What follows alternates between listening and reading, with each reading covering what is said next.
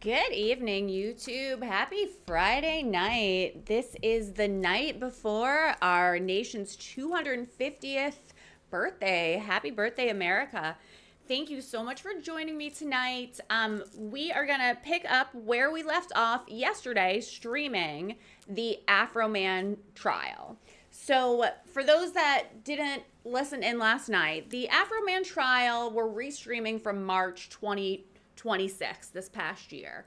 And I think that this trial is really important for us to watch together because it is all about freedom of speech. And I am really looking forward to seeing what lawmakers and attorneys and judges utilize this case in the future, because I feel like it was like a huge win for every American citizen, just protecting our freedoms of speech. So we got through day one, and I'll be honest with you guys, I wasn't sure if I was going to stream this yesterday. I thought maybe you guys would be bored with it, and I had like a congressional hearing teed up, but it actually was really interesting. It was really funny too. So I've been looking forward to streaming day two all day today. Let's get started. I'm here in the chat. I love everybody's comments, so looking forward to chatting with you guys, but let's get started. Michael Robinson. Your Honor, for the record, the defense would renew its objection contained in the motion limiting file stamped March 16th at the certifiers that day. Thank you for filing the motion in limine. Note we overrule the objection and then have to reserve the original. Very good. Go ahead. Do you solemnly swear the testimony you're about to give shall be the truth, the whole truth, and nothing but the truth? As this, you shall answer unto God. I do. Thank you. Please be seated.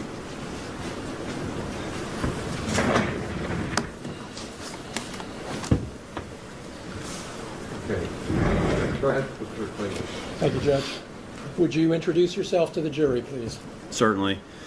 My name is Mike Robinson.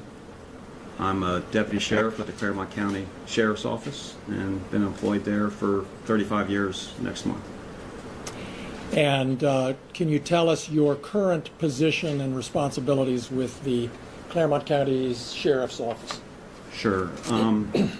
I'm assigned under the investigative section with the Claremont County Sheriff's Office. I'm an evidence technician.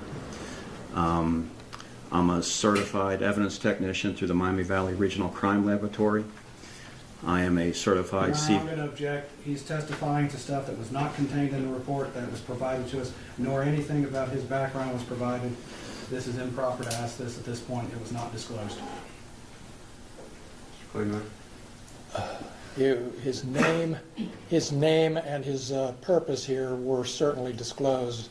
I'm simply giving background information so the jury knows who's talking to them. He can certainly be cross-examined by Mr. Osborne if Mr. Osborne finds anything that he wants to question him about, but Is there a written report? there is. Was that provided? It was. It was provided upon request. It's contained in my motion and limited the email response to it and everything, noting the dates and times. There is no CV attached to it. He is asking stuff that would paint this gentleman as an expert. Expert requires at least 28 days notice prior to trial. It was never disclosed 28 days before, so it does not meet that. Asking him his training and everything, which we were not disclosed of, puts us at a disadvantage because we had no ability to research it, and we would object to that or paint him as an expert when it has not been followed per the rules. He's going to be testifying as a fact witness, Judge, as to the investigation he conducted into the alleged missing cash in this case. So the amended witness list is March 11. I don't remember the date of the first witness list. So as a fact witness, that's how I took him also. So his qualifications are relevant. I understand the objection and I overrule it. And you can go ahead.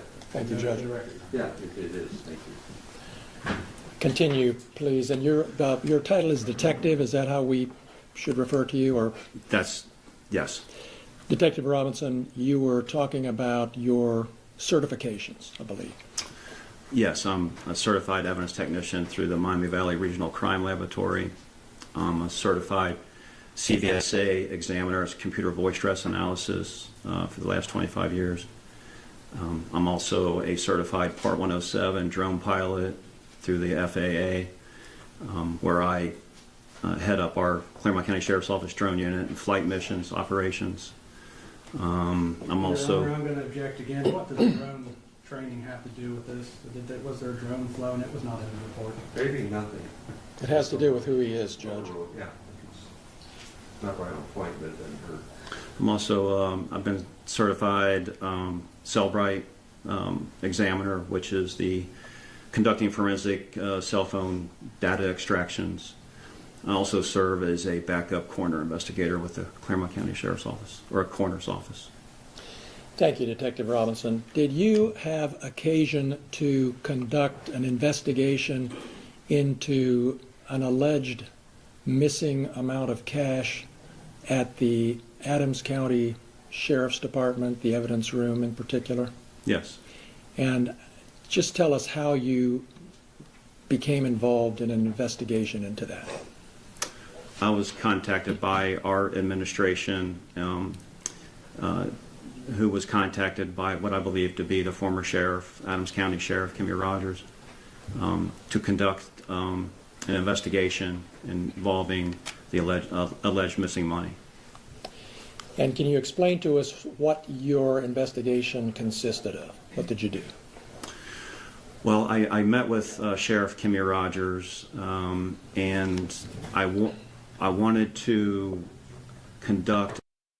Real quick, if you weren't here yesterday. So one of the things that they confiscated from Afroman when they raided his home was in one of his suit jacket pockets, I believe, he had like $5,000 in cash.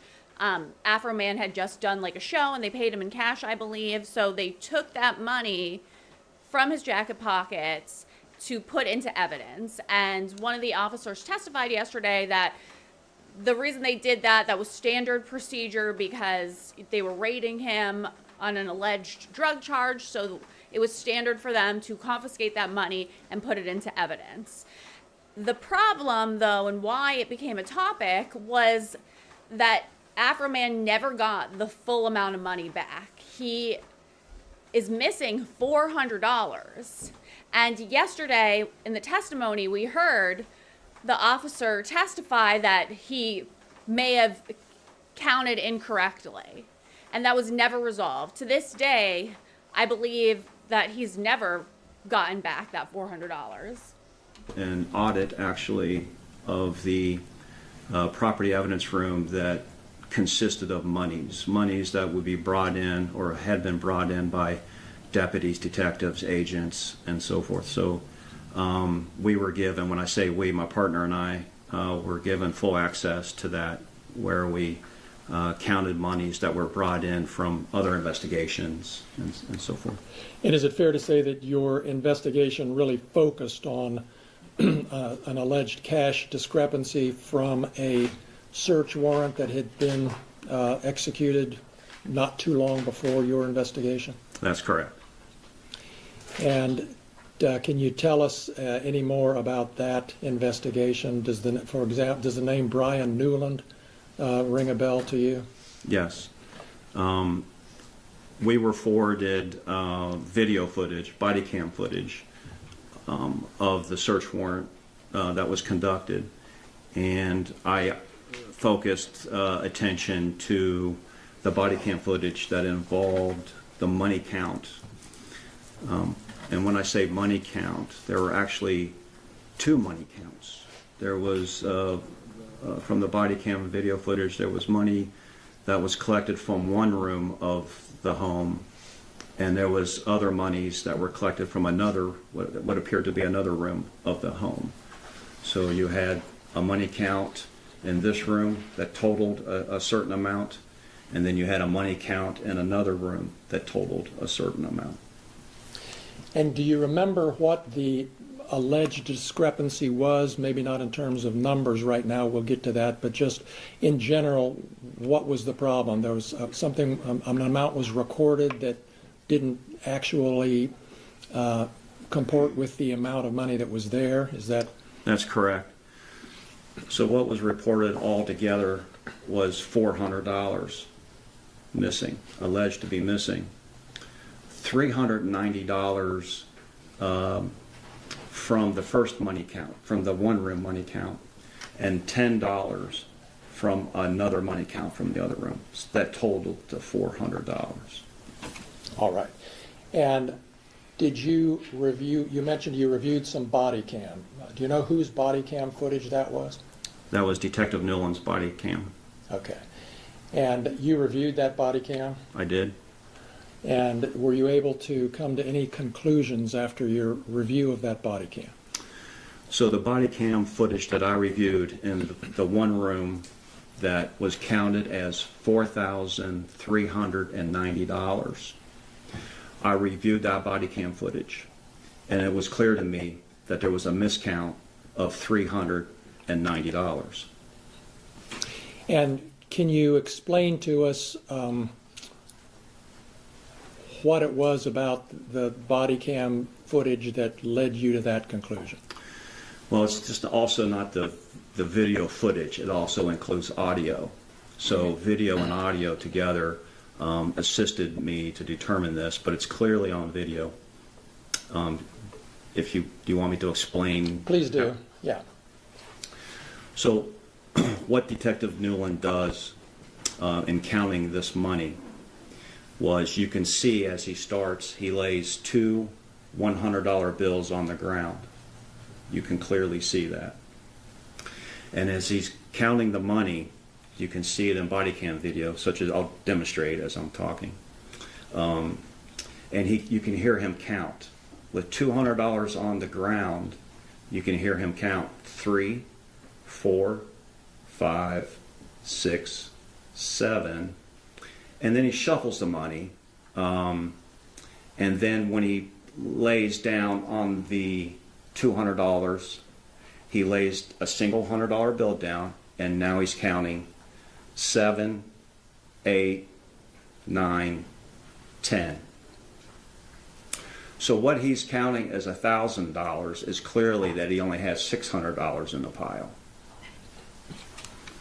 And as he continue on with the body cam video footage, he makes piles of 100, and there's several piles of 100, hence over $4,000.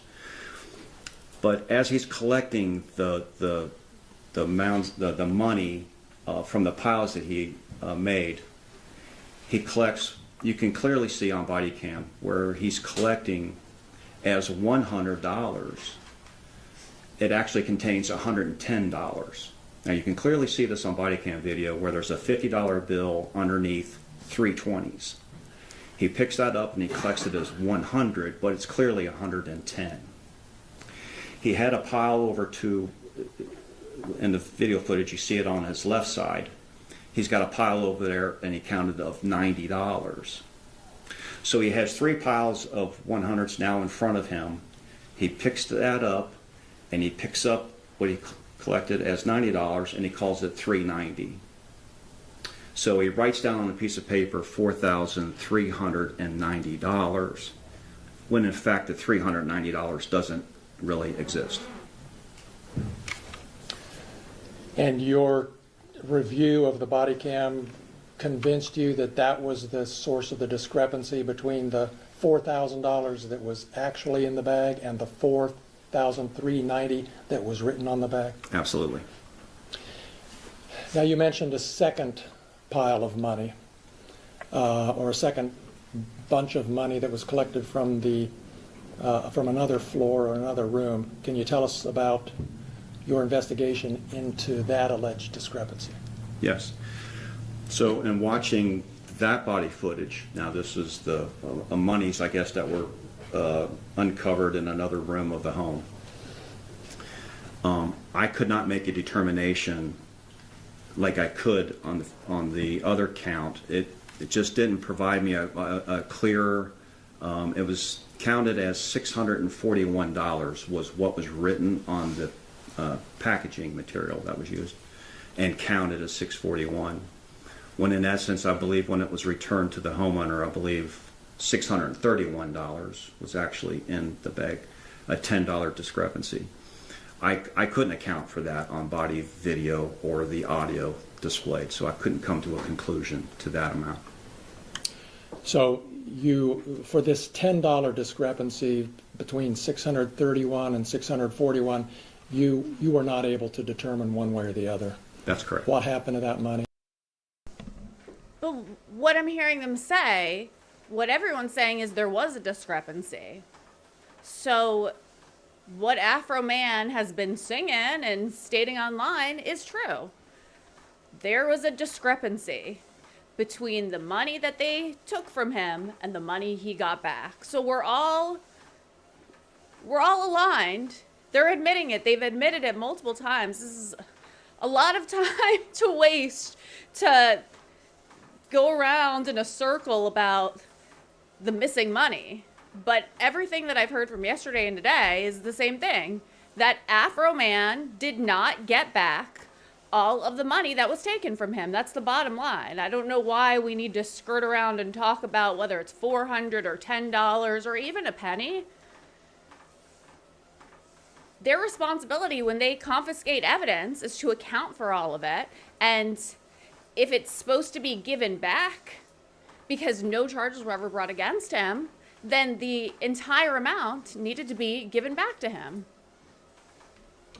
That's correct. On the $390 discrepancy, you were able to conclude what happened? Absolutely. And did you draw any conclusions at all about the $10 discrepancy, even though you couldn't see anything on video? Yeah, I didn't conduct an interview with Detective Nolan. I didn't find it necessary, but I couldn't come to a conclusion of the 10. And I don't think it would be so far forward for me to conclude that might have been a miscount. But again, I couldn't come to that conclusion. I don't know. Okay, fair enough. And did you know Detective Newland before you started this investigation? No. Did you know anybody or have any relationship with anybody who was involved in this, in the cash that you were counting and investigating? No. Did you issue a report as a result of your investigation? I did. And is that report part of, kept in the public record as part of your normal duties as a detective? Yes. Could we have, what exhibit is that, Natalie? 31. Thank you.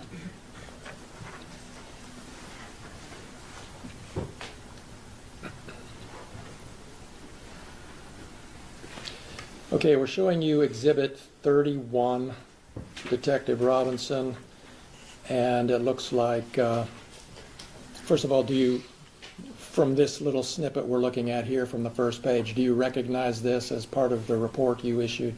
I do. And it looks like the report date is December 8th of 2022. Is that right? That's correct. Okay.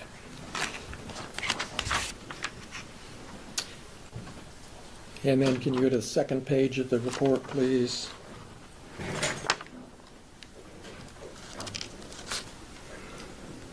And then the third page of the report.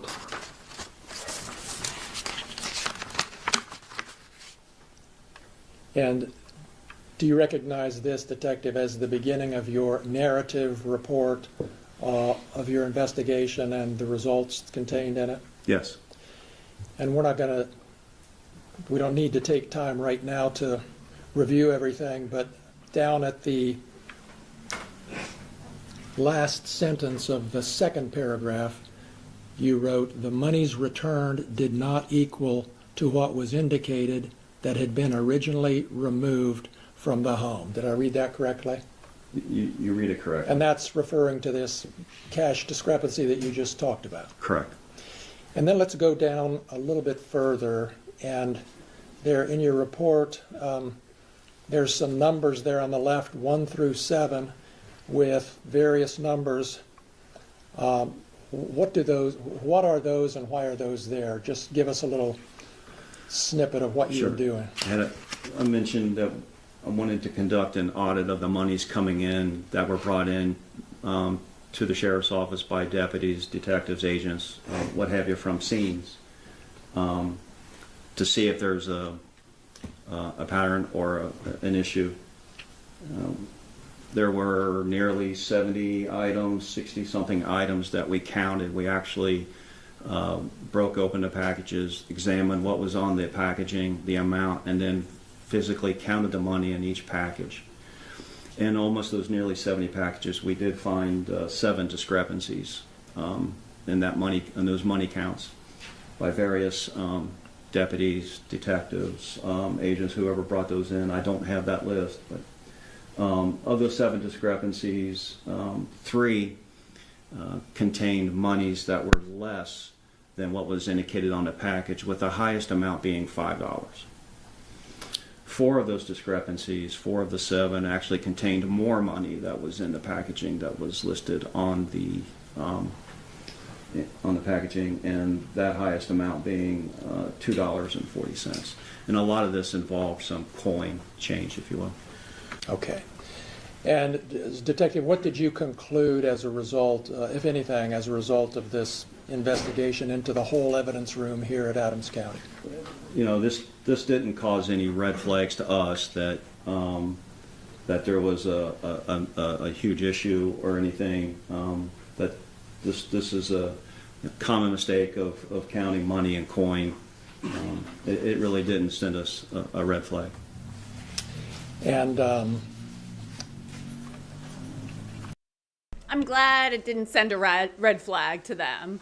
I didn't think that, they had any red flags, even though this whole trial, in my opinion, from the beginning of the search warrant all the way down to the end of the trial, is like a big red flag.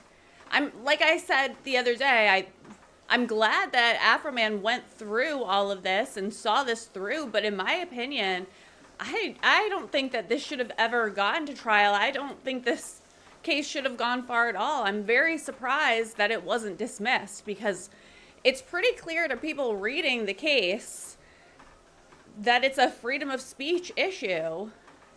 And the reason that I wanted to stream this, especially after watching it yesterday, is it is very comical, and well, you guys will see what I mean, but some of the testimony is very entertaining.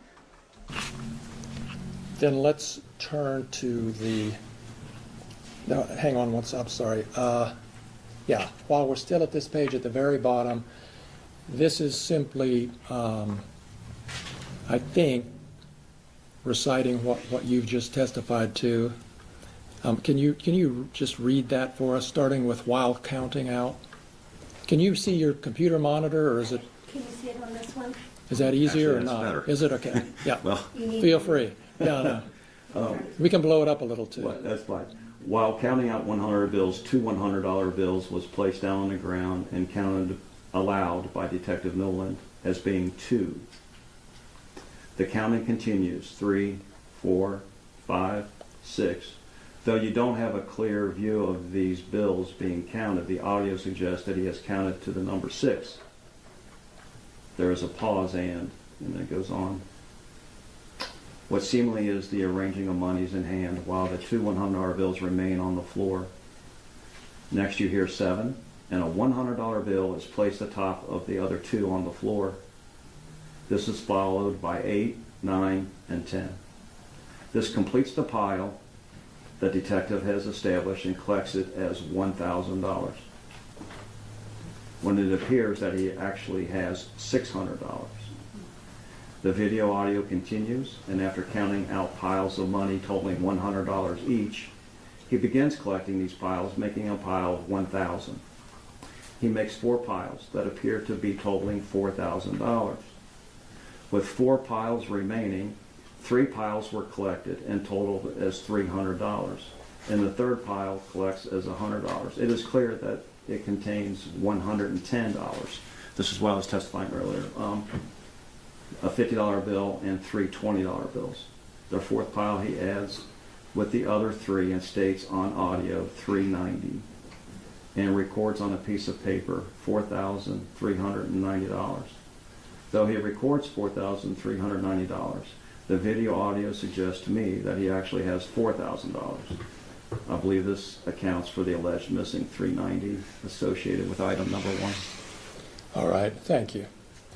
And then you also describe your conclusion with the second bag, and I don't know that we need to read that. The jury will have it back in the jury room if they want to, but essentially you weren't able to account for the $10 from the second bag, is that right? Yeah, in reviewing that video footage and watching and listening, I couldn't make a determination to that amount. All right. And do you know, was this amount of $4,390 on the first bag, was that written on the bag or somewhere in relation to the bag? He writes it on a piece of paper. I don't recall if it was written on the bag. And he puts it in the bag then? Is that your I understanding? believe that's what was done, yes. All right. And the video shows that? Yes.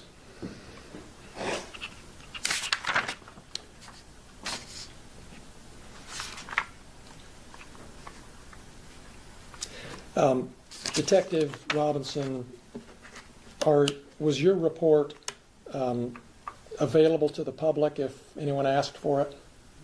I would believe it would be, yes. Do you know if Mr. Foreman here or anyone else associated with him ever asked for a copy of your report? I wouldn't know that. All right. I don't know that. Okay. Those are all of my questions. Thank you very much. We have the cross-examination. Thank you, Your Honor.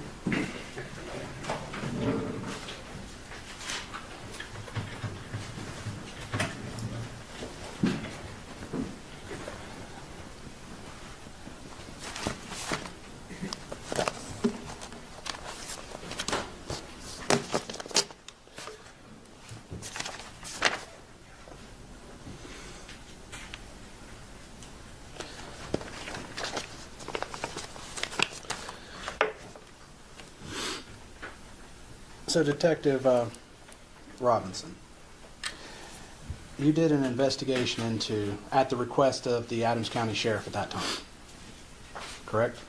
Correct. And you actually went farther than he asked for. You actually went and did a complete audit of all 66 money bags in evidence. I wouldn't say that that was farther. It was part of the investigation. So he asked for you to audit. That was my idea. Okay, that's what I'm getting at there. And out of those 66 exhibits, did you attach to your report a itemization of them? Correct. Okay. And each one you say the amount stated and the amount counted and whether it matched or not? Correct. You also indicate if the bag was sealed or not? I did not indicate that, but they were all sealed when we examined them. Okay.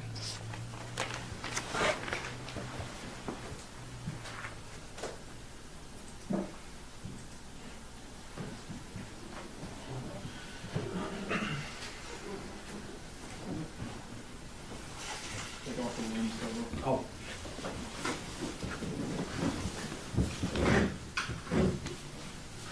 There's, oh, okay. So I'm putting, this is a further amount of Exhibit 31 of the plaintiff. And so this would be the spreadsheet that you attached to your report? yeah, and actually, yeah, that's correct. And it awfully states that there were some found what we indicated to be open. And that would be unsealed? Yes, So when it says open on here, it means unsealed? that's what we put in there, yeah.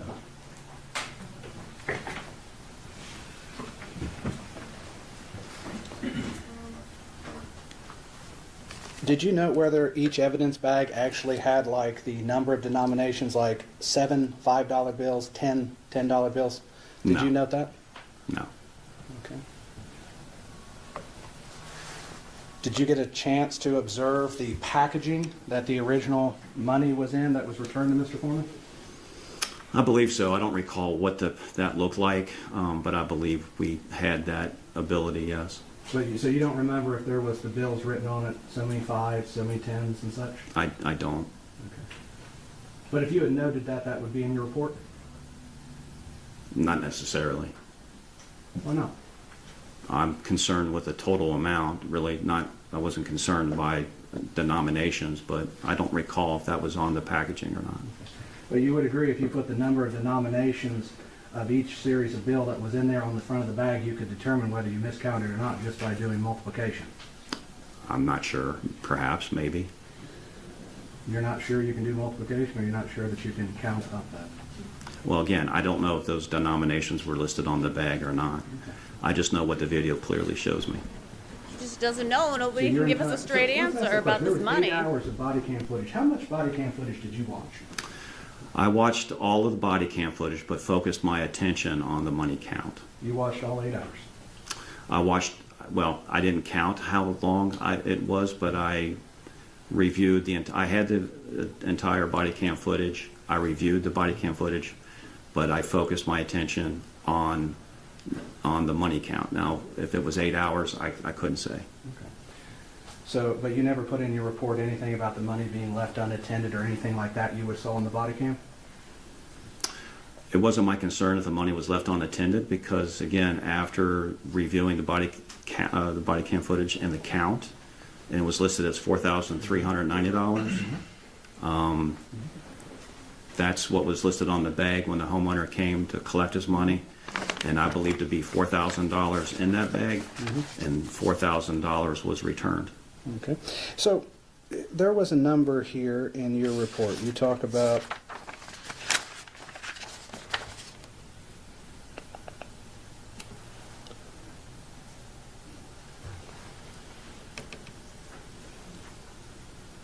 Do you recall what the total amount that was listed on the bag one was?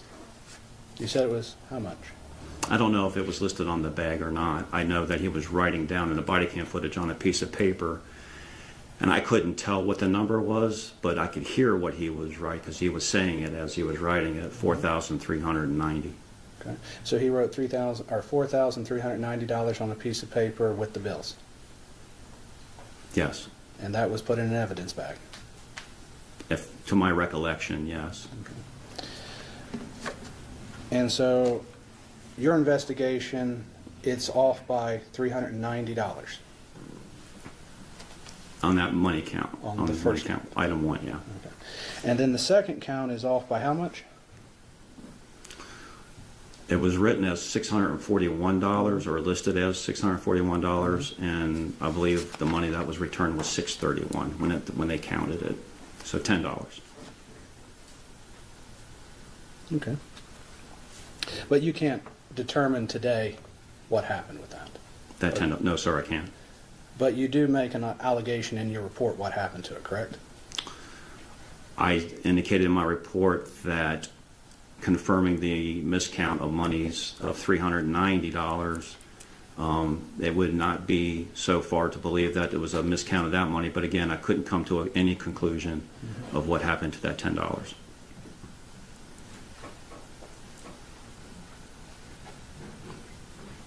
So when you said in your report, therefore, due to the history of proven miscount of money with item 1, it would not be so far as to believe a miscount of money occurred in item number 2? Correct, that's what I wrote. But you never put anything in here after that that said that you could not determine that, and that was just your guess. Well, I certainly couldn't determine it, but I didn't. That's not written in my report as word for word what you indicated. Well, if your report's open to the public, shouldn't it be accurate? It is accurate. You're saying today, though, that you can't determine, but you said here in your report that you can determine. So explain to me what's accurate about that. I indicate that it wouldn't be so far to believe that it was a possible miscount of the $10. But it doesn't go on farther in that same paragraph after that to say that you could not determine it. No, it doesn't say that. Okay, that's what I'm saying. So that's Okay. not. This is not accurate But to your that's testimony. but that's exact. I mean, that's the fact. I cannot determine. And so that should be in the report here. I believe by reading that, you can believe that it cannot be determined. That's how you read it. That's how I read it. Okay. And you went and interviewed Mr. Foreman. correct? I didn't interview Mr. Foreman. Who did you interview in relation to this? I didn't interview anybody in this situation. Not even Dee Russo, the evidence technician? Yeah, she was with us when we did the audit. So you interviewed her? It wasn't an interview, Well, what was it then? just indicating of what, providing what we needed as far as the audit concern and the money count. And she was with us when the money was being counted. So not to be mean to Dee, but so she was what, just fetching and carrying the evidence for you? Well, she's in charge of the evidence property room, and that's how we made contact with her. But you didn't sit there and ask her what she saw when she counted the money when it was returned to Mr. Foreman? I didn't ask her that, no. Okay. I'd like you to look at the second to last paragraph. I submitted a subpoena for the raw footage from Channel 19. Why would you submit for the footage of a news agency when you could have interviewed one of the people standing in the room there because she was with you the whole time as the evidence technician? Well, I thought the raw footage may involve some assistance in while counting money, so that footage was in reference to the money being counted or returned to the homeowner. So that footage is more important than a witness who stood there, who had power over it, whose duty was the responsibility to watch that? I think video and audio are just as important. Just as in this case where it's clear for item number 1 with a miscount of the 390. Okay. But your audit showed a discrepancy of over 10% of all of the money and evidence, correct? I think it was 66 items and 7 discrepancies, the largest one being $5. So roughly. So whatever that percentage is, Okay. So roughly about 10% then. roughly. And each one of those was only off by less than $10 either way, correct? Yes, less than $10, $5 and less, yes. Okay. So even by your own audit, the second count, which is off by $10, is actually even an anomaly compared to the other 10% that was miscounted. I'm not sure what you mean by anomaly, or are you saying it's unusual, or? No, let's not get to unusual yet. So let's go back to your testimony.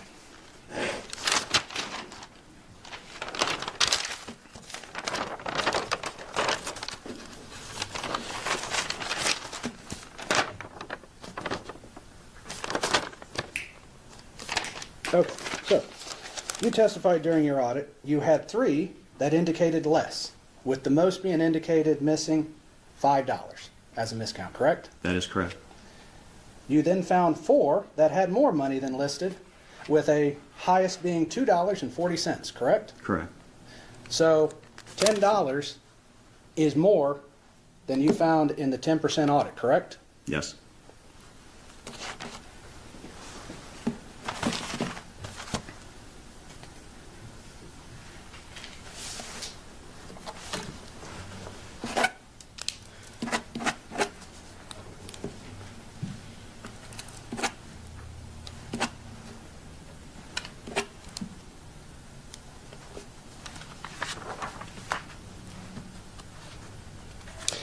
Who did you send a copy of your report to? I can't recall if I sent any copies. I may have. I just don't recall. You sent a copy of Mr. Foreman, though? I don't recall sending a copy to Mr. Foreman. Okay.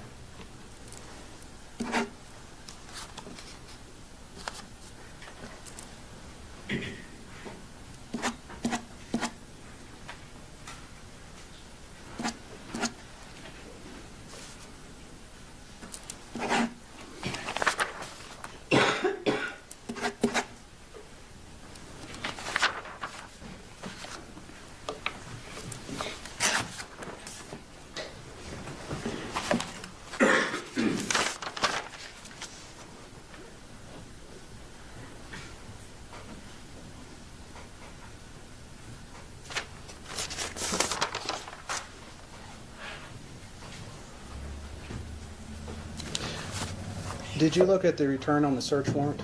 I did not. But as far as you know, it would have an incorrect amount of money on it due to the miscount?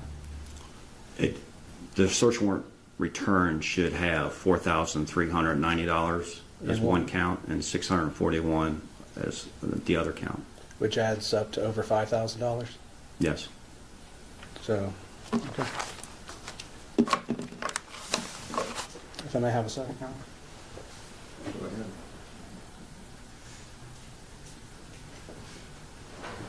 Your Honor, no further questions for this witness at this time. Redirect.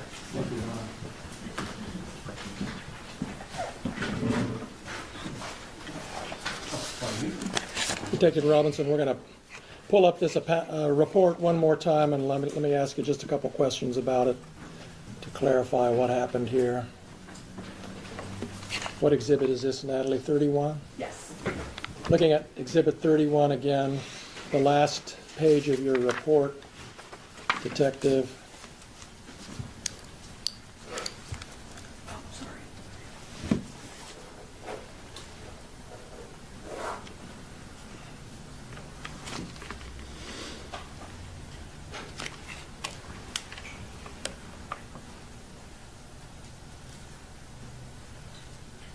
You don't have to reset it.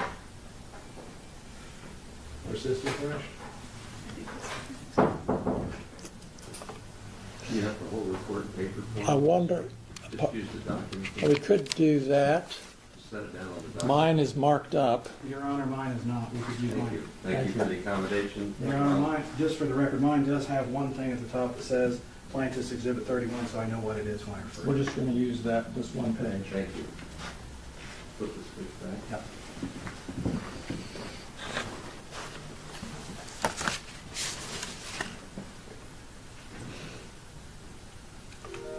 He's resetting it. I hope that doesn't mess us up here.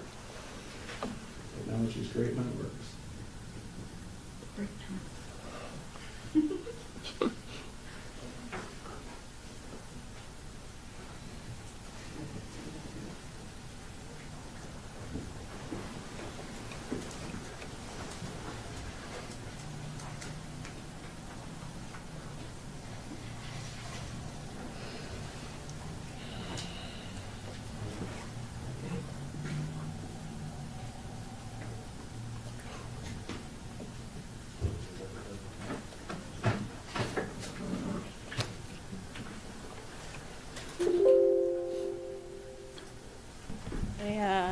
I really need an IT guy in that courtroom.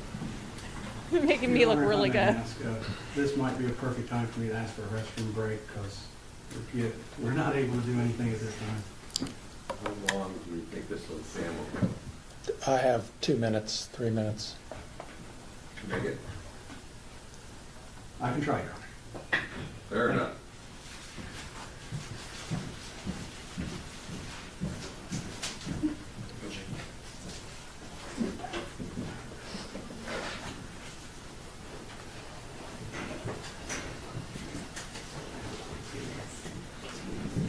I mean, I cannot believe like what a clown show this trial really is. And I'm gonna say what I said yesterday, like who told Adams County Police that this would be a good idea? This would be a good idea to sue Afroman and that they would win.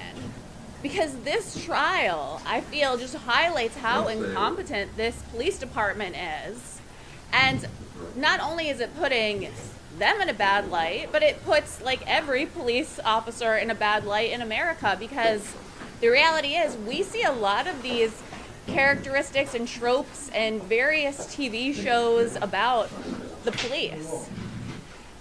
And I feel like for a while, people were getting on board with the police. Like in 2020, you know, we had a lot of riots, a lot of the defund the police rhetoric going around, but you know, I feel like we were getting back to, okay, the police are okay, we need them to defend us, let's back the blip. But these guys, they are not making a good case for police officers across the country. This is kind of crazy and eye-opening. I feel like I'm watching, I said it yesterday, that show, that cartoon, Brickleberry. It's like a adult cartoon about these like silly, incompetent cops. Like Okay, go ahead, this Mr. Clayton. this Thank police you. force feels like that show could have been Detective created Robinson, about them. we have this Exhibit 31 back up on the screen, and the page we're looking at has a second to the last paragraph there from the bottom. And you wrote, as I'm reading it, as to evidence item number 2 and the alleged missing $10 from the counted and recorded $641, I cannot determine from the body cam footage the amount possibly collected. Did I read that correctly? You did. And was that true? That's true. That's an accurate representation of your conclusion? Yes. While we're on this page, and since Mr. Guys, I'm gonna leave this running. I'm just going to the Osborne asked restroom you real quick. I'm gonna take the chat with me, question so feel about free to keep commenting. I will be Channel right back. 19 footage, I want to ask you about the short paragraph right above the one we just looked at, where you wrote, I would like to note that a news article published by WXIX reporter Ken Baker on August 30th, 2022, a week after the execution of the search warrant, the homeowner reported that investigators removed $4,000 from his home. Why was that important for you to include in your report? I felt that if someone, this money was collected, I believe, if I recall correctly, from some clothing, an article of clothing, maybe in a pocket or something of that sort, that it would be strange to have $4,390 tucked away like that. It would make more sense if you had $4,000 maybe tucked away. And when I saw this article, I found it of some interest, so I put that in my report. Okay. That's all I have. Thank you. Reed, Cross? Just a couple questions, Your Honor. So Detective Robinson, you found the news article of interest? Is that correct? Yes. More interest in interviewing anybody who was there, Brian Newland, Mr. Foreman, or anything? I didn't find it necessary to interview them. Okay. So this news article, though, would have occurred before Mr. Foreman got back his money, correct? All I recall and what I documented is that it was a week after the search warrant execution. Do you even know when he got back his money? Not off the top of my head. So you don't know if he got it back a week or 10 months later? Is that correct? Well, he didn't get it back a week later. So but when he got made it. that statement, Yeah, he I did not can't have his recite to money, you. correct? I'm sorry. When he made that statement to the news, he did not have his money back, correct? I don't know that for sure, but I don't believe he did. How about, let him finish, it's easy to step on each other. Go ahead, Mr. Osborne. Mr. Robinson, let's cut the crap on this. You said he didn't have back his money a week after the raid, right? I don't know when he got the money back. I don't recall the date. I'm assuming that it was a week after the search warrant execution that he did not have his money returned. So when he made that statement, you would assume he did not know or have his money back from the police department at that time. Are you saying he didn't know the amount of money, or? I'm asking you, based on what you just testified to, did he have back his money a week after the raid? No, I don't believe he did. Okay.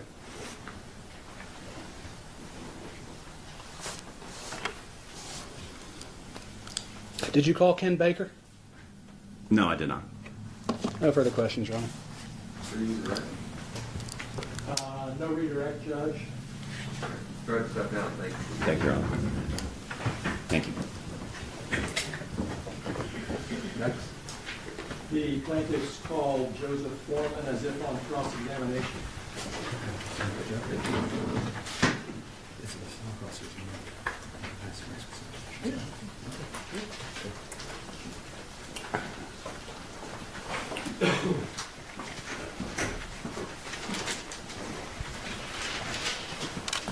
Do you solemnly swear the testimony you're about to give shall be the truth, the whole truth, and nothing but the truth? As this, you shall answer unto God.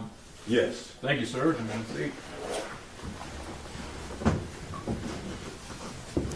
Go ahead, Mr. Franklin. Thank you, Your Honor. For the record, would you give us your name, please? My name is Joseph Edgar Foreman. You are known under the stage name as Afroman, is that correct? Yes, sir. And you create music videos and do performances, is Yes, that sir. right? How many states of the United States have you performed in, do you think? All of them. All 50. Yes, sir. And how many countries have you performed in?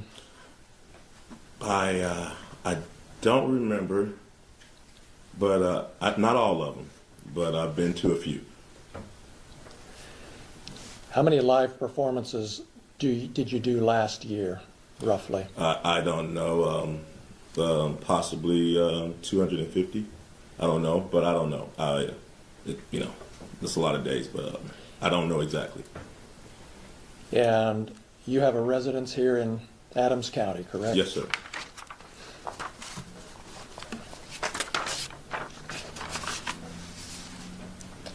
You've been performing for 20 or 30 years, is that right? All my life. All right. And is it fair to say that one of the first big hits you had was But Then I Got High? Because I got high. Because I Got High? And do you think it's accurate to say that that song has had over 300 million views on YouTube? Sounds right. You have a large presence on social media, obviously, correct? Depends on your definition of large. There's bigger people than me, but I'm all right. And on Instagram, is it fair to say that you have 247,000 followers? Yeah, I just got some of them the other day. You got new ones coming all the time Yes. Not all the time. Just here lately. because the trial's coming up? Yeah, all the publicity from the officer's lawsuit me is running up my numbers. Yeah. Yeah. And on YouTube, you have almost 1 million followers, 983,000. Is that right? I haven't looked. It was 977 last time I looked. And on TikTok, you have about 392,000 followers. I haven't looked at it, but that sounds kind of right. You know when you post something that a lot of people are going to see it, don't you? Yes.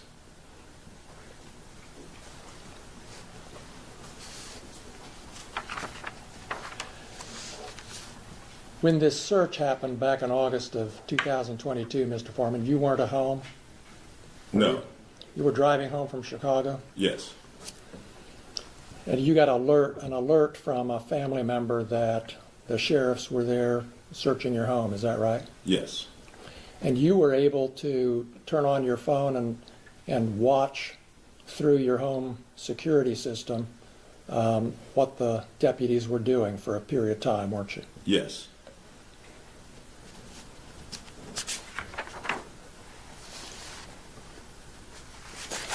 And is it fair to say you were angry and upset about this search? I wasn't happy.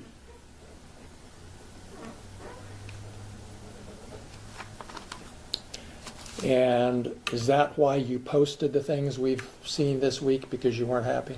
No, I posted it because the sheriff's never supposed to raid my house in the first place. The whole raid was a mistake. All of this is their fault. If they hadn't have wrongly raided my house, there would be no lawsuit. I would not know their names. They wouldn't be on my body. They wouldn't be on my home surveillance system. And there would be no songs, nothing. My money would still be intact, nothing. So all of this is their fault. And because they executed a search warrant on your home, that gave you the right to post the things that we've seen this week on the internet? Because Is that they- right? Is that right, Mr. Foreman? yes, for Yes. tearing down my door, not paying for it, not being apologetic, me being a sport, doing something peaceful to raise the money to pay for their damages, me having the right of the freedom of speech as an American to talk to my family, friends, and fans about what the sheriffs did to my home. Yes, I had the right to my freedom of speech. After they left, I had the right to kick the can and to do what I had to do to repair the damage they brought to my house. Yes, I did. That includes the right to post the videos that you've just been posting up until Friday and beyond, right? Yes, I have freedom of speech. I'm a rapper. I entertain. I write fiction, comedy. Yes, I mean, I entertain for a living like you practice law for a living. So I have to go to work.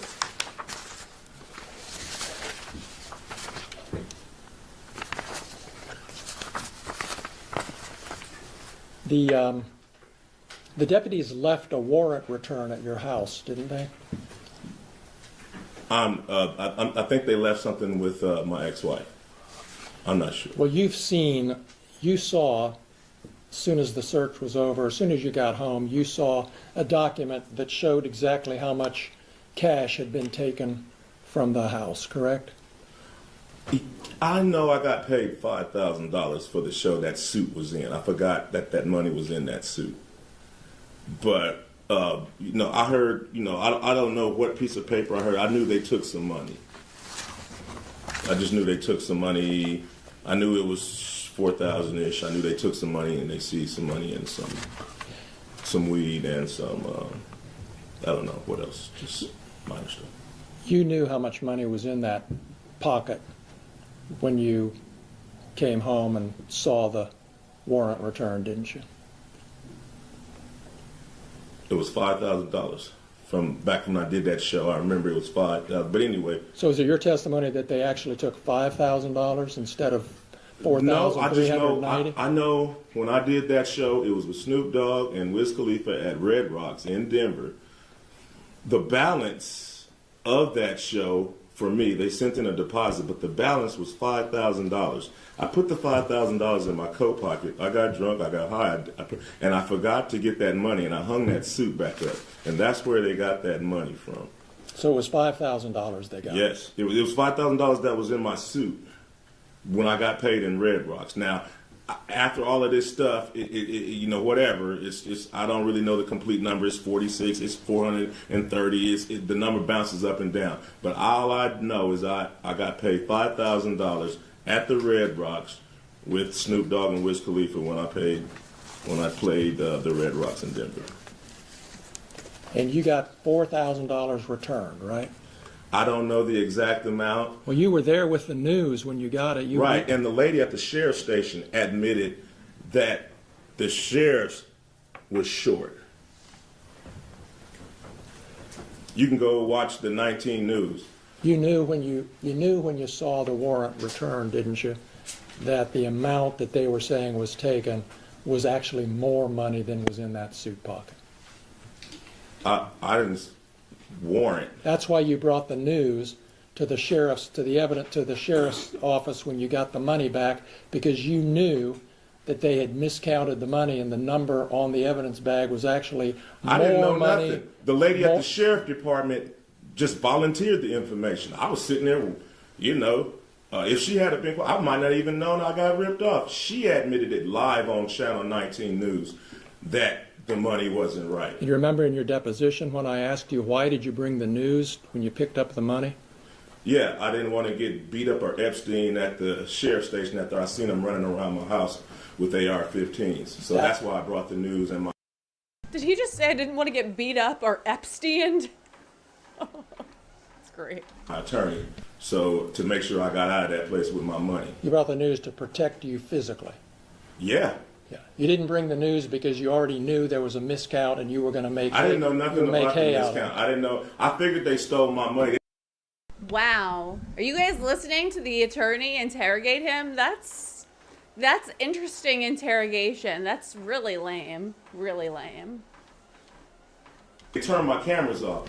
So if you turn my cameras off, you must got something bad in mind. So yeah, I'm accusing them of it. They turned my cameras off. I can't see what they're doing. So your testimony under oath here today to these 10 jurors is that you brought the news when you picked up your money to protect you physically from being beat up or shot by the sheriffs, right? Yes. All right. And they... Let me just say, when the police raided his home and police do this all over the country. It's not just exclusive to Afroman. When they raid somebody's home, they're wearing bulletproof vests. They have long guns. Sometimes they bring dogs. Sometimes they have a large amount of force with them. And it's very scary. And you do the wrong thing, say the wrong thing, move the wrong way. You know, these guys have long guns in their hands. They could shoot you. I think he was absolutely right to bring the media with him. It did give him actually a big layer of protection, having the media there filming what was going on. Nothing wrong with that. Volunteered the information that the money wasn't right. That's just an extra something we found out. But I came with my attorney and the news to make sure the people running around my house with guns didn't take me into jail and do something.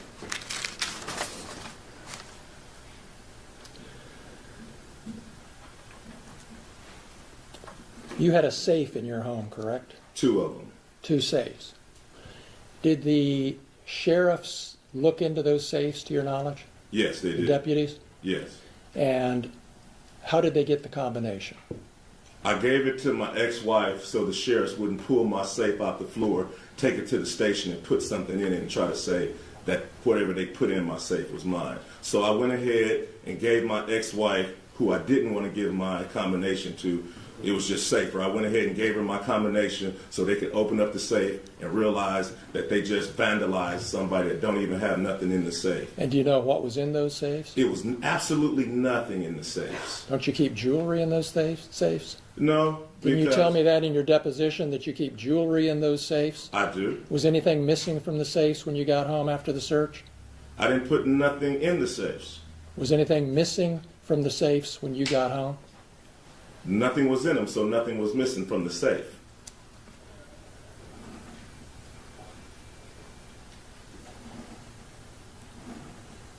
You talked to Randy Walters on the phone before you got home that evening during the search, or right afterwards, didn't you? Yes, sir. He told you that they were taking some money and some vape pens and a small amount of marijuana. He told you that. Yes, sir.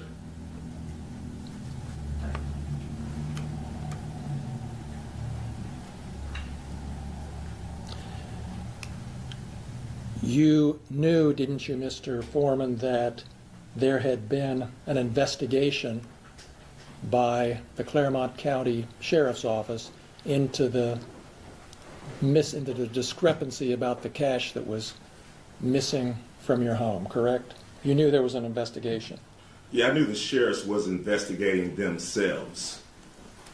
Oh, that's how you saw it. Yes, sir. Okay. And did you ever ask for a report so you could see how bad this investigation of themselves really was? Yes, I was trying to get involved any way I can. The investigation was going on without any of my participation. Did you ask for a copy of the report? I did. I asked for everything. I was trying to be involved. I didn't. So you've seen the report? No, I have not. Okay. I just saw it a few minutes ago. Well, you had an attorney when you got the cash returned, correct? At the station? Yes. I had attorney. Yeah, my attorney was present. Did when your I got my attorney ask cash. for a copy of this report? It wasn't in it. When I got my cash back from the station, it wasn't an investigation until we realized money was missing. Well, did you contact your attorney and say, hey, get me a copy of that report? Your Honor, I'm going to object. While Mr. Klingler wants to talk about his client's attorney-client privilege and maybe waive it, Mr. Foreman does have attorney-client privilege with his attorney at that time. And we are going to assert that privilege because it's a privilege he has of right. And so far, he hasn't asked anything privileged. So I appreciate the sensitivity, overrule the objection, and we'll pay attention. Thank you. Go ahead. Thank you, Judge. Your testimony is you never saw a copy of Detective Robinson's report until today. Yes, sir. And that's because you didn't want to see a copy of the I investigation. did want to see. You don't know what I want. I did want to see it. You did. I wanted everything that had something to do with my money coming. And that was 3.5 years ago, correct? And you haven't seen a copy of that report that you wanted to see until this afternoon. Is that right? That's right.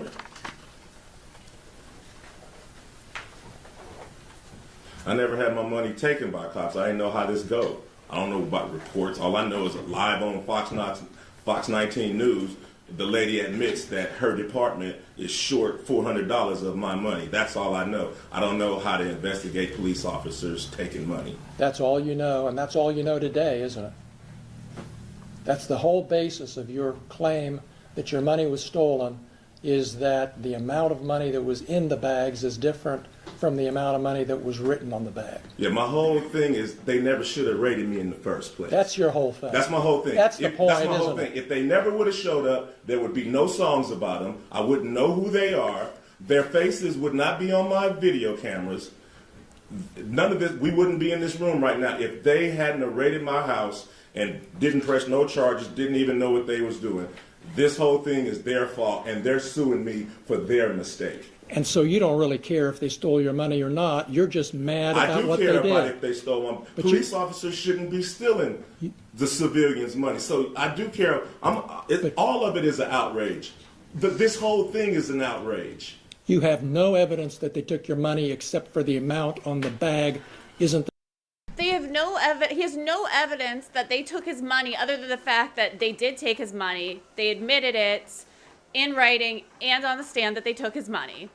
They also admitted that there was a miscount.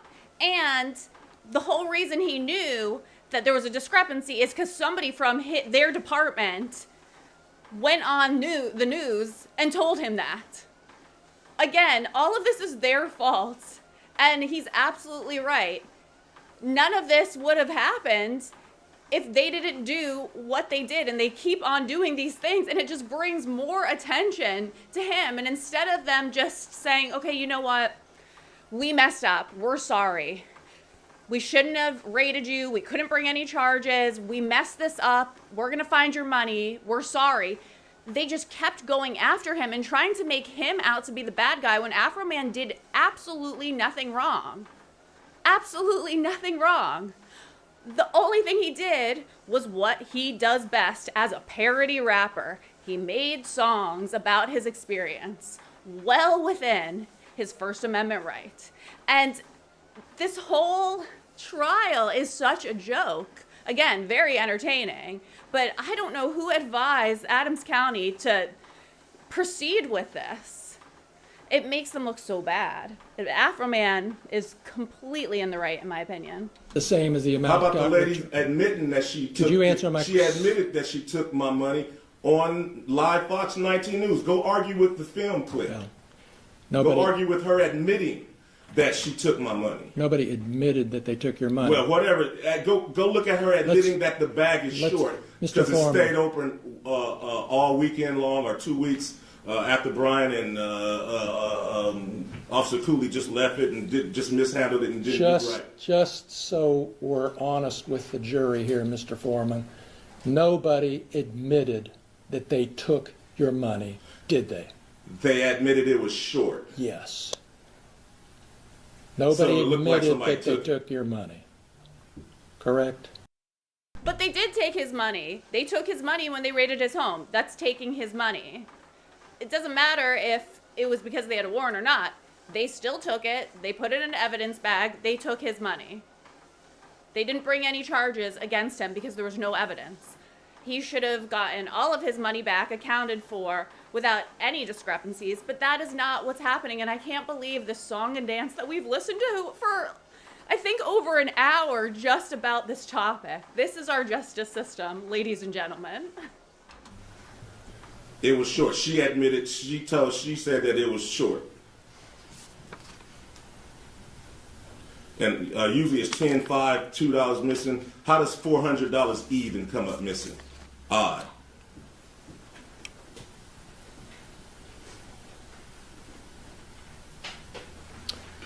You posted videos about Brian Newland doing hard drugs and snitching on his friend, and you posted those based on rumors, didn't you? We can look at your deposition, but before you argue with me, but isn't that a fact that you made those allegations based on rumors you said you heard? It's a fact William Newland is a convicted pedophile and Brian Newland is his brother. After I zeroed in on Brian, I asked about him. Come to find out, he's a large statutory rapist that has sex with all kind of underage girls. He buys them beers and gets them drunk and all kind. That's probably the reason he had to leave the Adams County Sheriff Department, because he beats up his wife and he messed with underage girls and he had to get out of town and go get a job in Norwood. All right. You don't want to answer my question. I do. Please ask another one. Well, let me ask this one again so I can get an answer. Do you remember in your deposition when I asked you, you have no reason to think these rumors about Brian Newland are true, do you? And you said, well, it's more entertaining if it's true, and I can make some money. Do you remember that? No, I don't. That's a however long that deposition was. You can read the deposition and it tells you what I said. Do we have a copy, another copy of that? Because I'll show it to you, and I can show you my copy. Refresh your recollection. You're going to refresh his recollection. It's, Trees. You then use the thank you, Judge. If I can get it working here. Your Honor, I would object to using the screen to refresh his recollection. That's publishing it to the jury. If he wants to refresh his recollection, he can show him it and then ask him a question, much how we would do in criminal law with a police report. So If an officer didn't remember, we wouldn't show the report, we would show it to the officer. He would refresh his memory by reading it, and then we'd re-ask the question. do it that way, just make sure you think he reads it right. I'm just trying to get through the verbiage. If Mr. Just make sure you think he reads it right, otherwise I have to wrestle with you about whether he read it right. Sure. So just read it. And then if we want to move it as an exhibit, you can do that. Remember your deposition being taken, Mr. Foreman, in your attorney's office on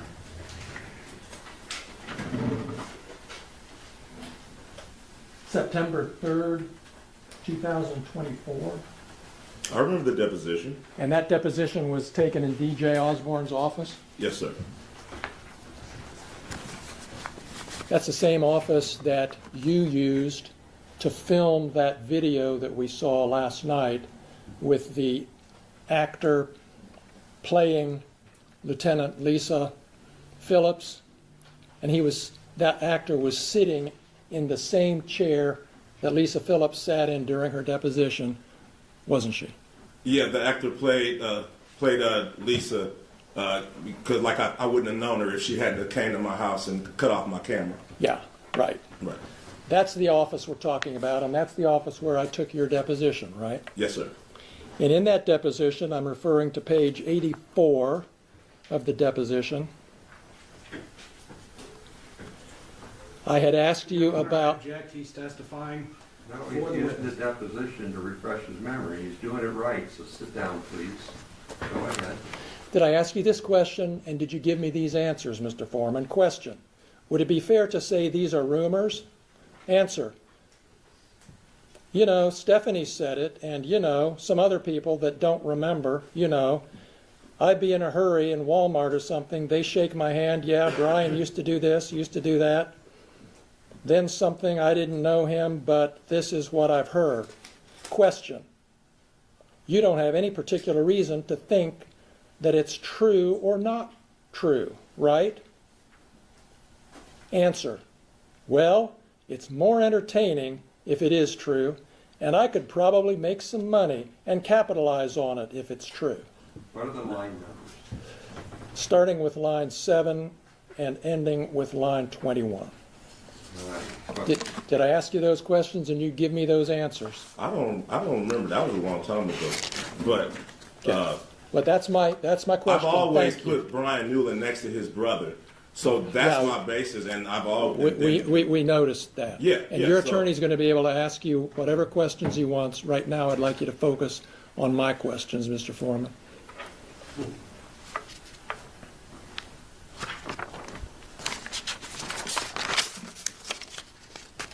You have no evidence that Brian Newland ever molested little boys, do you? If you look at the picture, he's holding the little boy butt. It's too much for me.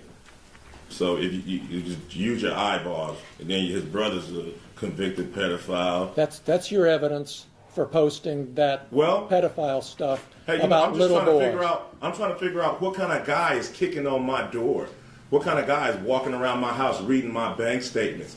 It's a dude. It's a dude that's possibly a pedophile, got a convicted pedophile brother, deputized by the sheriff, walking around possibly stealing my money. I'm just trying to figure out what's going on as I zoom in with my cameras. That's not the type of guy I don't think should be on the police force. I'm going to refer you again to your deposition. If you don't trust my reading of it, I'm happy to give it to you, Mr. Foreman. But on page 98 of your deposition, on that same day,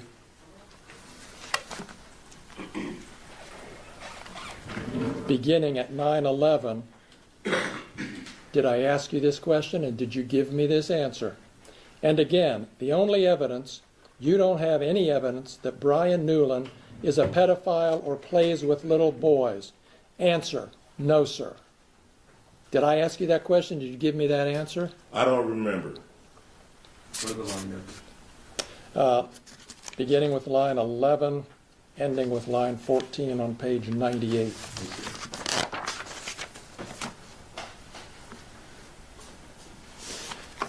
You have no evidence that Lisa Phillips stole your money, do you? I know if she hadn't raided my house, we wouldn't be having this conversation. Yeah, Nor a lawsuit or nothing. They never should have been at my house. Since you're not going to answer my question, I'm going to go back to your deposition again, Mr. Foreman, page 102. Your Honor, if I may, can I just enter a continuing objection so I don't have to object every time he does the deposition? No, it's too important, so please be specific. Thank you. So I would enter a notation of objection at this point. He is now testifying for the witness. He is no longer refreshing his recollection. I'll be sensitive to that, so you can rephrase, I'll sustain that. You made the conclusion you didn't have memory, so you've got to go back and fix that. All right, Judge, I will. Thank you. Do you remember telling me in your deposition, Mr. Foreman, that you don't have any evidence that Lisa Phillips stole your money? Yeah, she cut off the cameras, but I didn't know who took them. So, for as all the officers was a suspect at first, because I didn't know where. After the deposition, I realized that Brian Newland was in charge of the money, and I knew where to focus everything. But at first, all the cops was a suspect, especially after they cut off my cameras, and I couldn't see what they were doing. All right. Well, so you don't remember? Is that what you're telling me? I remember telling you that Lisa, probably didn't take my money, Okay. but I just didn't know. I just knew it was missing, and they cut off my cameras, so all of them were suspects until I figured it out. So until you figured it out. Until everybody figured it out, until it was solved of where the missing money was. All right. So just to clear this up and move on, you admit that you don't have any evidence that Lisa Phillips stole your money? No.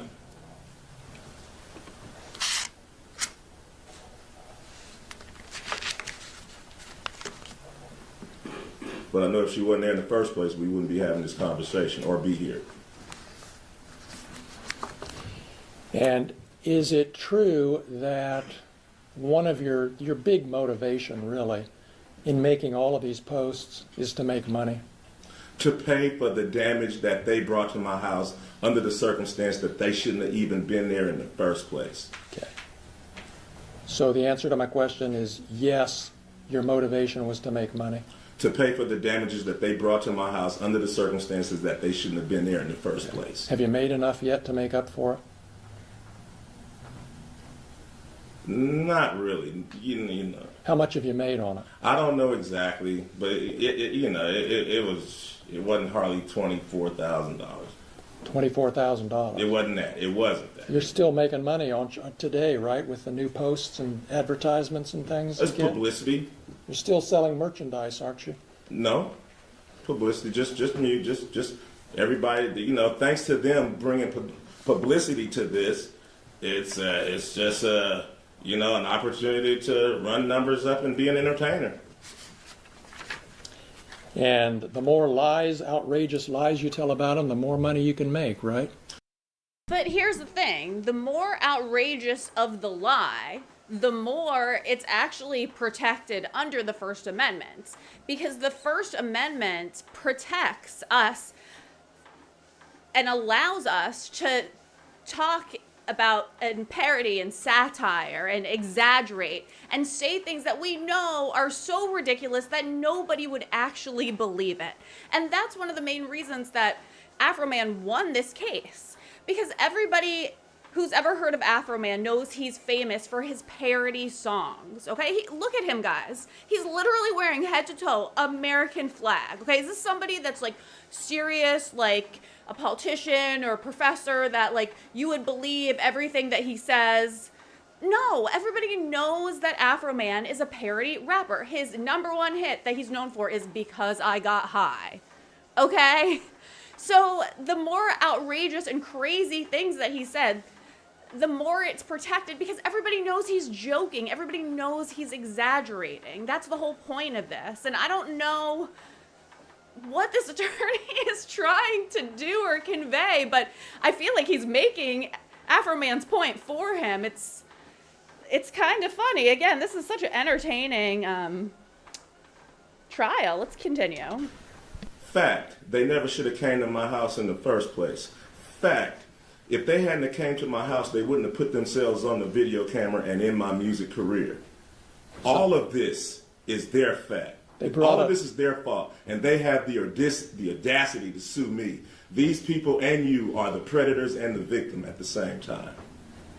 So what they did, searching your house, gave you the right to do everything you Under the circumstance that I got freedom of speech, after they run around my house with guns and kick down my door, I got the right to kick a can in my backyard, use my freedom of speech, turn my bad times into a good time. Yes, I do. And I think I'm a sport for doing so, because I don't go to their house, kick down their doors, flip them off on their surveillance cameras, then try to play the victim and sue them. He brings up such a good point, because just think about it, guys. Like, how angry would you be if somebody raided your house, kicked down your fence, kicked down your door, went through all your personal stuff, your freaking underwear drawer? You would feel really violated. And what would you do? He couldn't go to their house and kick in their doors and, have a gun in their face. That would be illegal, right? So what did he do? What did he really do? He wrote a song about it. He had fun with it. He made a big joke out of it. And that would have been all fine and dandy. But they are the ones that then went ahead and sued him for over $4 million. And the thing that I think that sucks the most about it is they used government funds. They used government money, because lawsuits are very expensive, to sue him.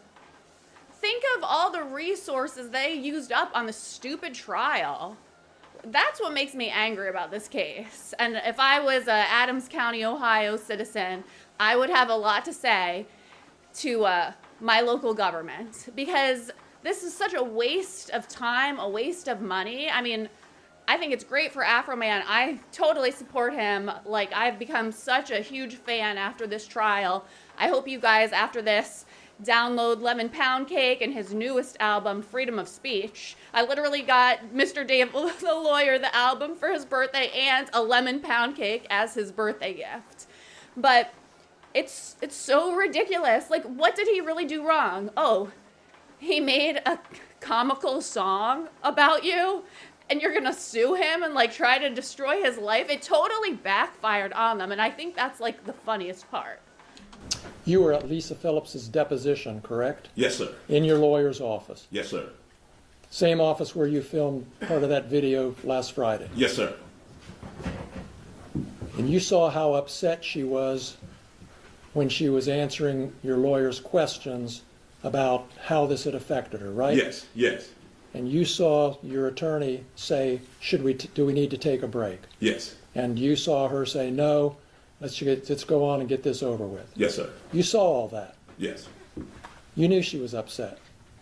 Just like she knew I was upset when she was standing in front of my kids with an AR-15 with her hand around the trigger ready to shoot me. Just like she knew I was upset when she cut my cameras. But I'm not a person, she is. So I'm sorry for being a victim. Let's talk about the predators. Okay.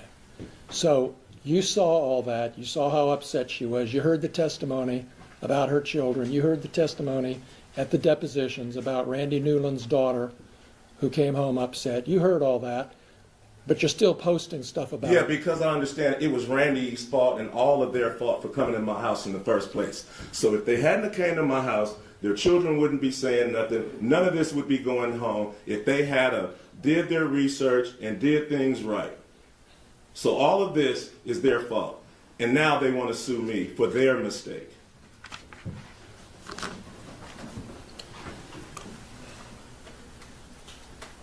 Is there anything that could change your mind about what you're doing to these deputies?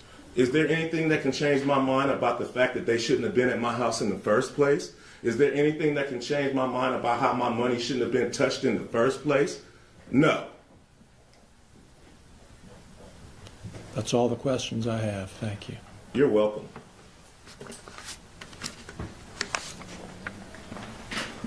Do you want to continue, I'm sorry, Mr. Osborne, do you want to continue the direct examination of your client now? Your Honor, I was going to actually ask for a sidebar so we can talk about that. Okay, so let's just talk about it. Okay, so I was actually going to not do cross with Mr. Foreman this time. I was going to hold off until our case in chief.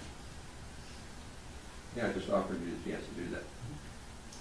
So do you want to do your direct examination on your case in chief right now? Not right now.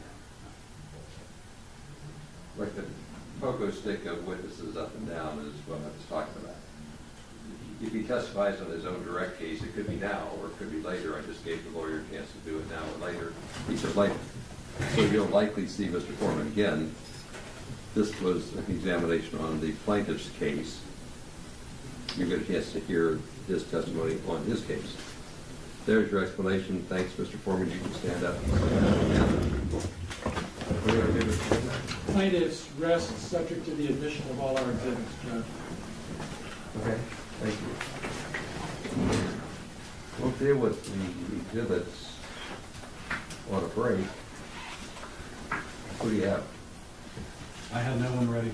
All my people were subpoenaed to be ready tomorrow. I will have to call them to get them here in the morning.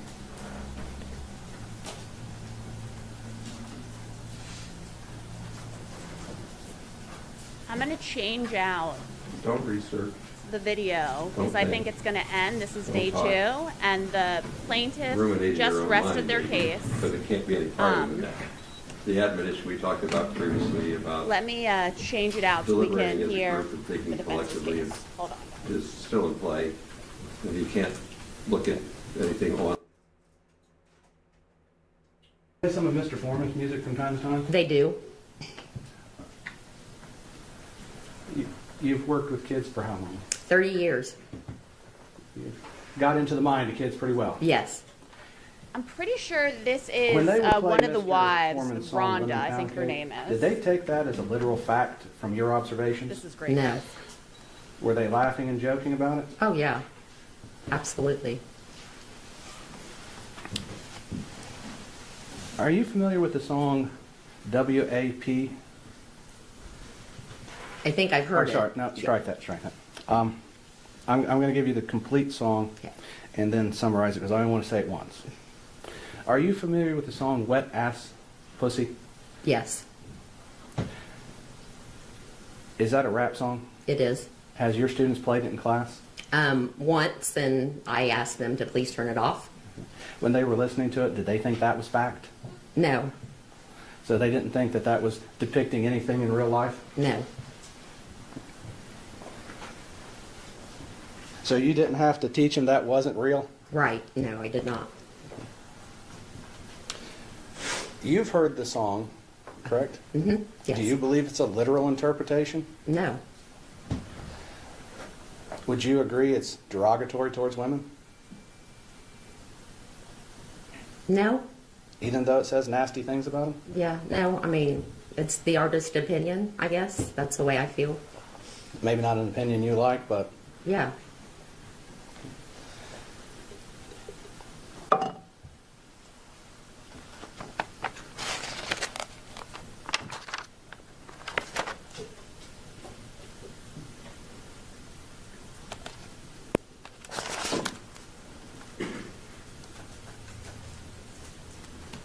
Your Honor, if I may have a moment. Go ahead.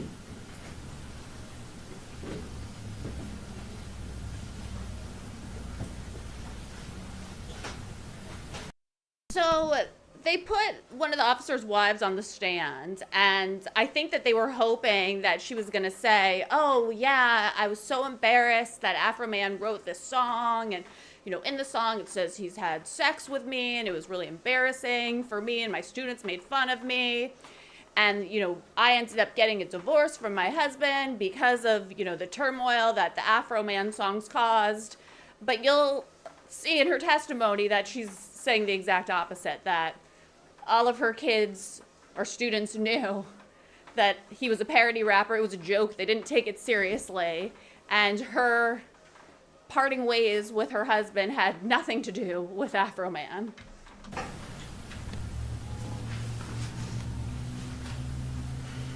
Afroman shouts her out in his new album on one of his songs also. So, Ms. Grooms, has Mr. Foreman's posts about Sean or any of the general posts about the Adams County Sheriff's Department as a whole affected your life any at all? No. Would you believe it would have affected your life while you were married to Sean? If it had any effect, I guess that would be the time it would have an effect. But as his spouse, you would have expected it. Yes. Okay. And I don't want you to go into too many details, but is it fair to say that Mr. Foreman, the posts about the police department and everything had not a damn thing to do with your relationship between you and Sean and why it came to an end? No, it did not. So the posts never affected your life, never affected your marriage? No. Okay. So any statement to the contrary would be false? Yes. Okay. Thank you very much. No further questions at this time, Your Honor. Cross-examination. Thank you.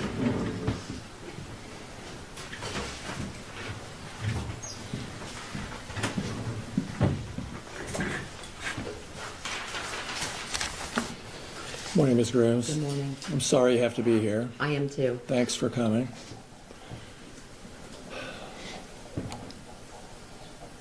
Where to start? You never sought a protective order against your ex-husband, did you? Yes, I did when we divorced. The divorce, yes. I Did had a you- restraining order. Did you got a restraining order? Yes, I did. Were you aware of the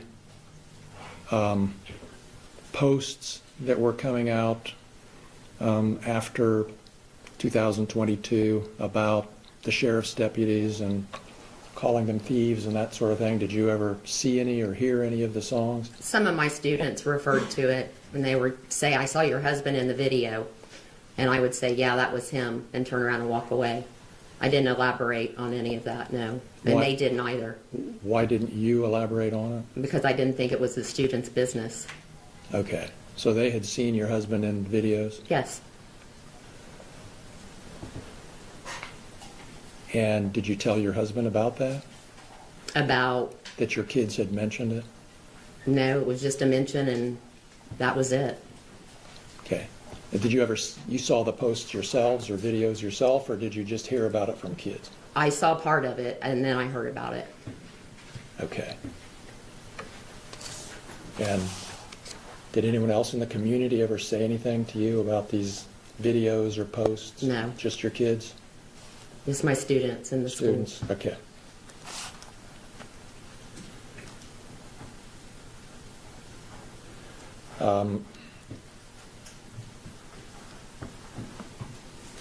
The song that Mr. Osborne asked you about, does that song refer to a specific identifiable person? I don't think so.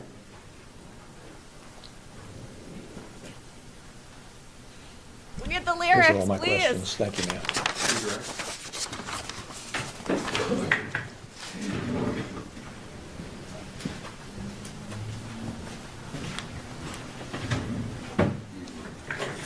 Rhonda, Mr. Klingler asked you about your students. Your students saw the posts Yes. and they articulated it to you? Yeah. Just say, hey, I saw your husband in this video. Students can Would it be a fair statement to say children can be mean? Cruel? Absolutely. You've seen instances of them being cruel? Absolutely.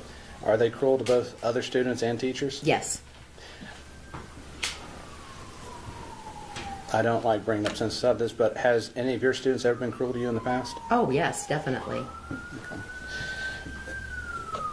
Would it be fair to say they've said some pretty mean things? Yes.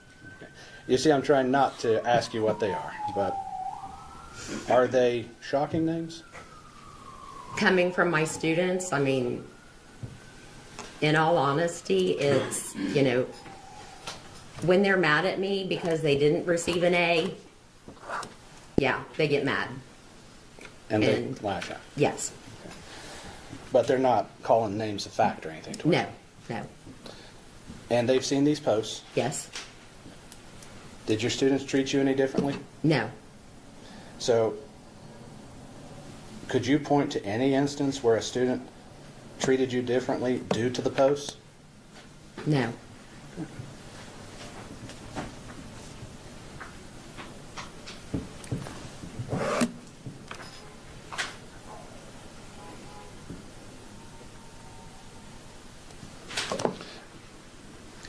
I'm going to ask this question. You said you're sorry to be here. Why are you sorry to be here? Because from my recollection, my ex-husband had said that this was part of the reason we got divorced. No further questions, Your Honor. Mr. Klingler? No further questions. Mr. Osborne, am I right to understand this witness was a lay witness? Pardon me? This was a lay witness, not an expert, right? She's a lay witness to testify to what she would have experienced in this. Right. And the only reason I did that is to explain to the jury that people sometimes have training experience and can make opinions as experts. If a doctor comes in a medical malpractice case, they're an expert. This is a lay person, the same as any other. Some of the questions spoke generally about society and public perception, which would seem like more of an expert opinion, when in fact, as a lay witness, she can only testify about what she experienced herself. So you have to understand the scope. She's just what happened to her, lay, average person, not educated expert. Thanks for being here. You can go ahead and be excused. Go ahead, Mr. Osborne. Your Honor, I'd ask for a short 10-minute break so I can talk with Mr. Foreman. Based upon the ruling in the Rule 50, I want to juggle some of my witnesses, make some corrections to that, as I had anticipated a different verdict due to the evidence, or different ruling due to the evidence, so I'm going to need to shift for that. I'd like 10 minutes to consult with my client to strategize on that. Comments, Mr. Klingler? No, I have no objection to that, Judge. If you're doing well managing your time, I think that's a good idea. I would like to know how I am with getting the jury on schedule. Your Honor, that's why I want to strategize, see how we can hopefully... Yeah, well, I appreciate what you're saying. Take a break, go back to the jury room, stay there if you would please.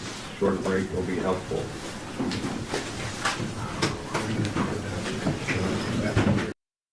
I just want to share the lyrics with you guys from his new album, Freedom of Speech. He wrote a song pretty much about every officer. So this was Sean Grooms' wife, Rhonda. Okay, that's who just testified. And again, Sean had made the statement that Afroman ruined his marriage and he got divorced from his wife Rhonda because of all the things that Afroman said and all the videos and the social media. And like she just told you, that was not true whatsoever. It had no effect on her life. Her students, because she's a teacher, knew it was a joke, and she, I guess, got a restraining order against her husband. I don't know what really happened, but in his song about Sean Grooms, the lyrics are, Sean Grooms blamed me for his divorce, not his divorce, but his ex-wife Rhonda said he was having too much intercourse.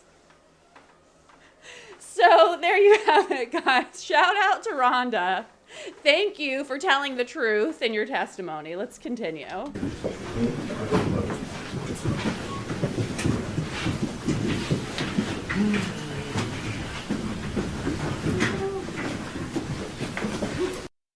Actually, guys, this is a good spot for us to stop for the night. I'm going to try to get down here tomorrow in the afternoon and we can finish up this trial. Because, again, it's so entertaining. I really want to review Afroman's testimony when his attorney interviews him. And I really want to hear his attorney's closing statements again also. So I want to thank you guys so much for being on the stream with me tonight and spending your Friday night with me. If I don't see you back here tomorrow, I hope everybody has an amazing 4th of July. Happy birthday, America.